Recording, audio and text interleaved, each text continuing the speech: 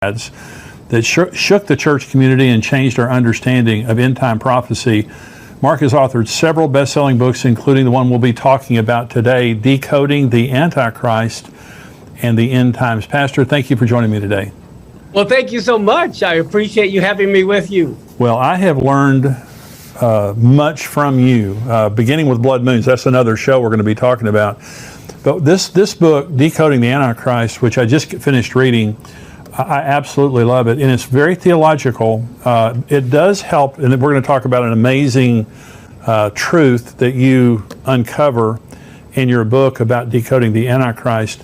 This is we're living in a world where the Antichrist spirit is palpable.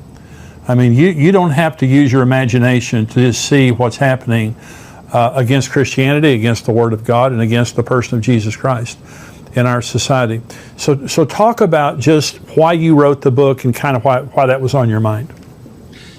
Sure, for several reasons. One of them is because the Bible says that many will be deceived, if it were possible, even the elect. And I believe we're living in the times of the Antichrist, and we know that refers to lawlessness.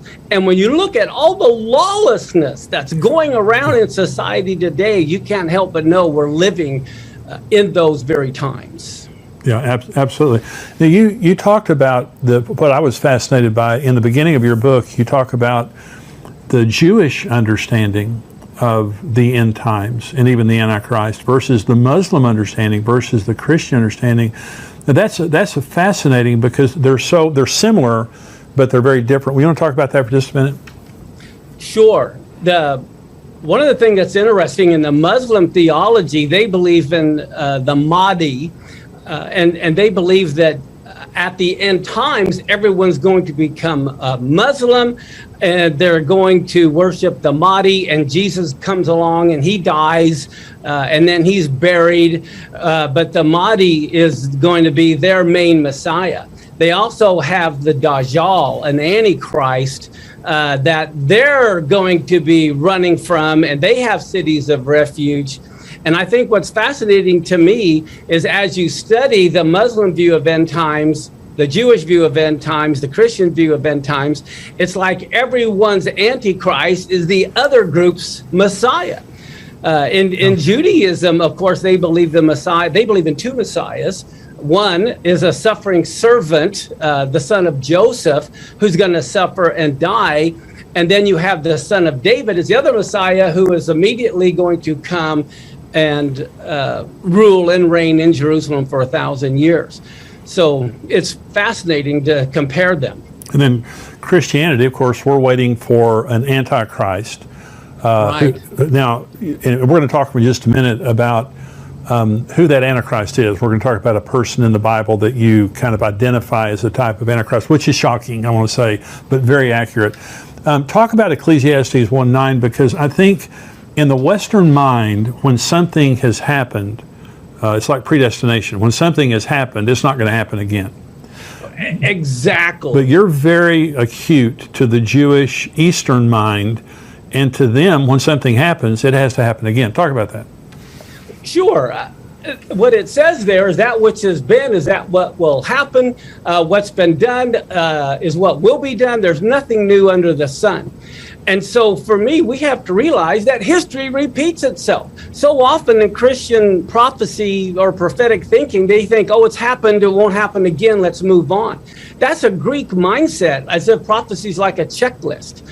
But what you have to remember is if it happened before, it's going to happen again. It's more like a spiral going up where you have a different perspective. The events may change, the players may change, but it's the same thing happening over and over. Many people don't know, but Matthew 24, which is a famous end time chapter, as you very well know, actually is a story of Hanukkah happening again. That's absolutely amazing. So explain Hanukkah, and this, because we're in that season right now.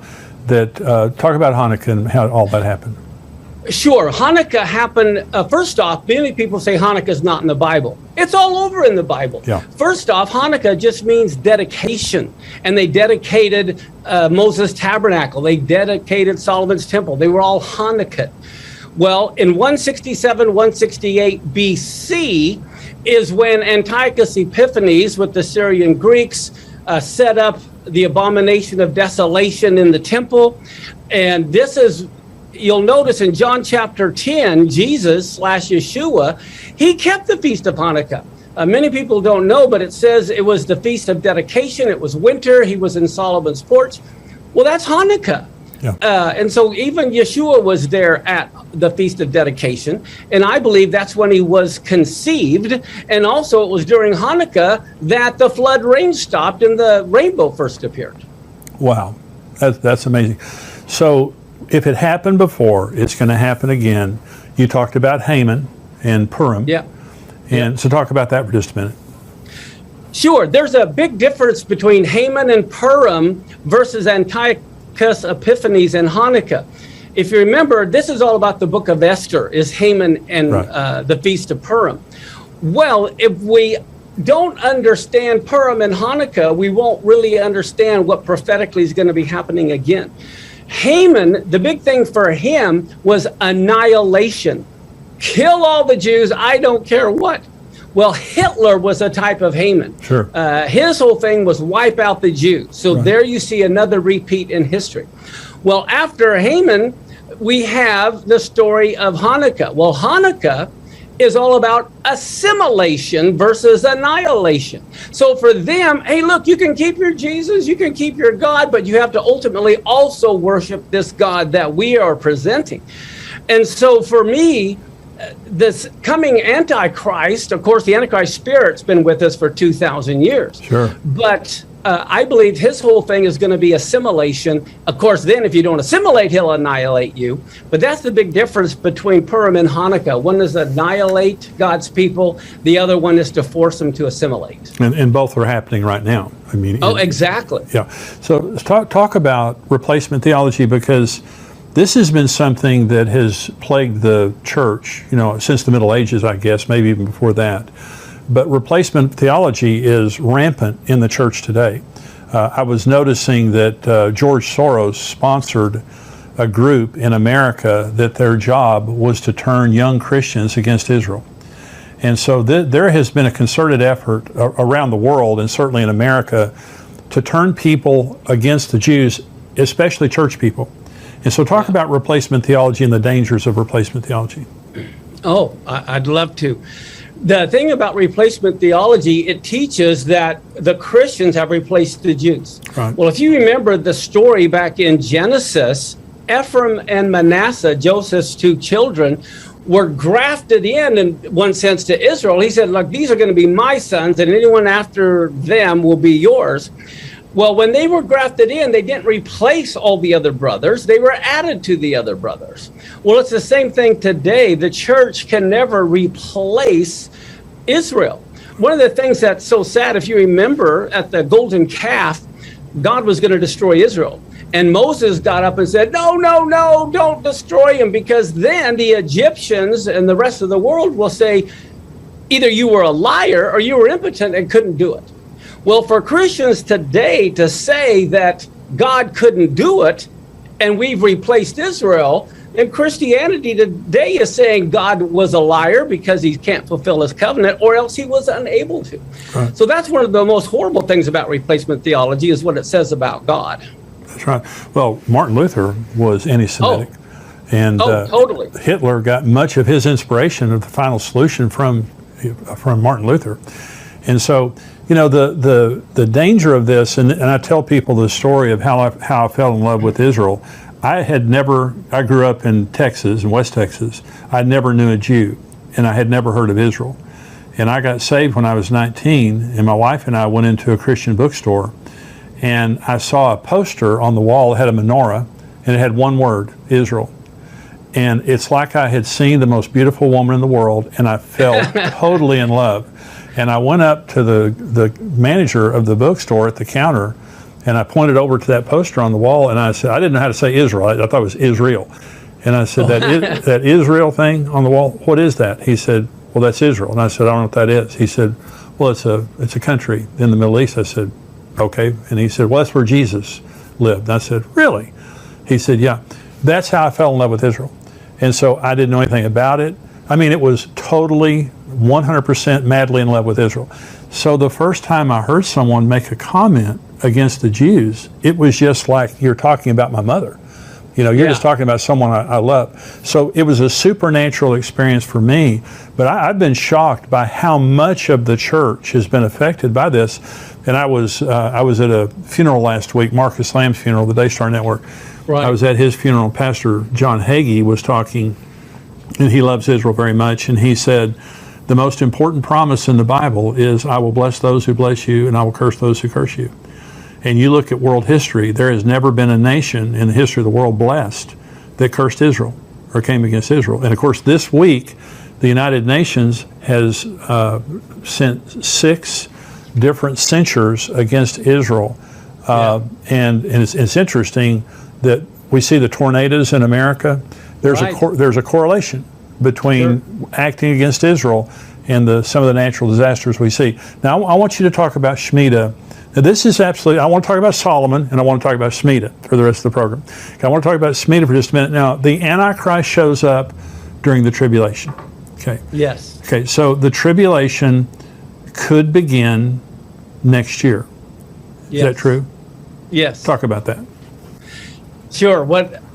I think pretty much every one of your listeners are familiar with the book of Daniel and Daniel's 70 weeks.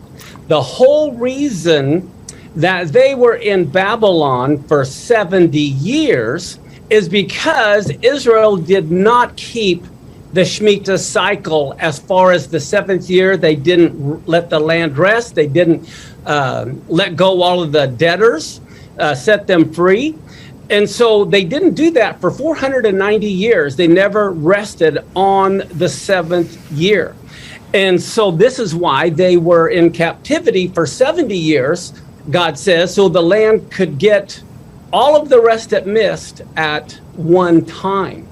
God was very adamant about them keeping that 7th year. And King Zedekiah, right before the temple was destroyed, it was a Shemitah year. Wow. And it says in Jeremiah that he had set the captives free. He decided, well, we better follow God or Babylon's going to overcome us. And so they set all the captives free. For the first time in 490 years, they let them free. Well, then what happens? Egypt comes along to help Israel fight off Babylon. Nebuchadnezzar retreats. Well, Israel ended up giving Egypt the credit instead of God credit. And so they put all the people back into captivity, which is why the very next year, the first year of a Shemitah cycle is when the temple was destroyed. Wow. Now, remember Daniel, 70 years later, he says he's reading the book of Jeremiah and he realizes that, wow, we hadn't been keeping the Shemitah cycle. 70 years are determined. It's about that time for us to be set free. And so he's praying like crazy. And so then you see the Daniel 70 weeks. Well, I believe everyone knows there's 1 week left, and a week refers to a 7-year time period. Right. Well, here's the thing that's shocking, that's so simple and yet so profound. Daniel was Jewish, okay? And so the 7-year cycle he's talking about is a Shemitah cycle. And we know that it refers to the tribulation. Well, the tribulation has to begin the first year of a Shemitah cycle because Daniel's Jewish. This is the way he thinks. And so, as you said,